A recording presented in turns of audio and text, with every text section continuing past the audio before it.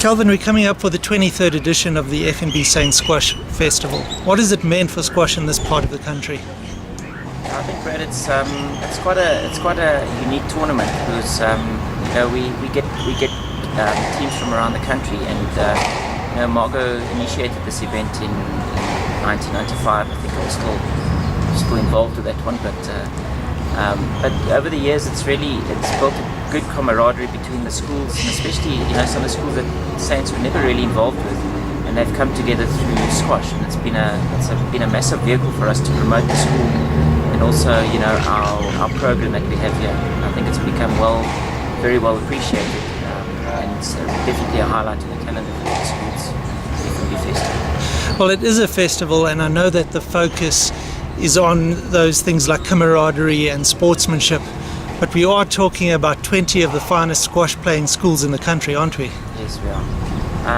We've had a few different teams come over the years, but there are some real stalwarts. I don't really want to name them because I don't want to give them any favors, but it's a festival, but it's a very competitive weekend still. It's the first teams competing on an even playing field, and there's always a lot of pride in trying to win as many of your fixtures as possible. Nobody wants to drop a match or a game or a fixture at any stage, and it creates a very, very good rivalry between the teams, and because we know that we'll be up against these teams later on in the year, so it's a good marker at the early part of the season for what's to come the rest of the season. What has the sponsorship from FNB enabled you to do that you wouldn't otherwise have been able to do?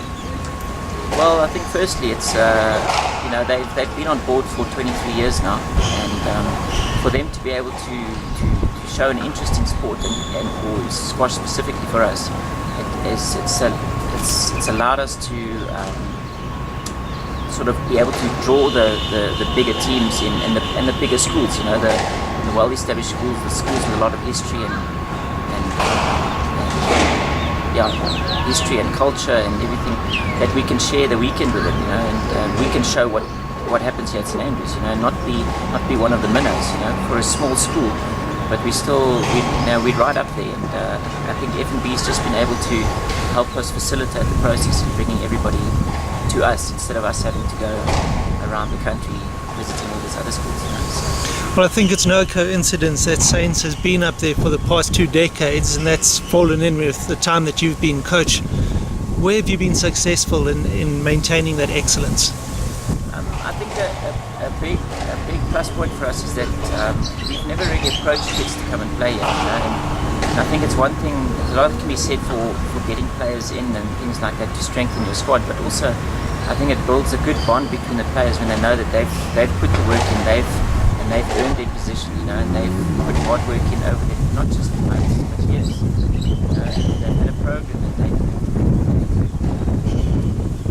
the game up, and it's squash is a confidence game. So if you know that you put the work in, you can back yourself when the chips are down. So and the fact is that these guys have worked hard over many years. It's not just flash in the pan. So and we're very proud of that. That we don't approach players to come to our program, and we build them in house. So it's creates a lot of pride amongst the coaches as well as the team itself.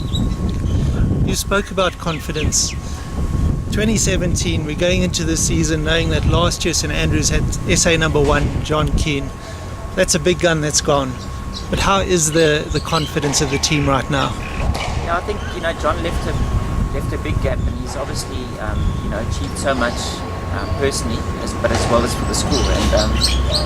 And it is big shoes to fill. But you know what? If you don't create a gap, nobody will want to step up. So that's what's happened now, and we've been able to get the next bunch of players through, and there's some exciting prospects in the pipeline. And I think it's a young bunch of players as well, and they are really pushing each other for the top positions, and the competition is healthy.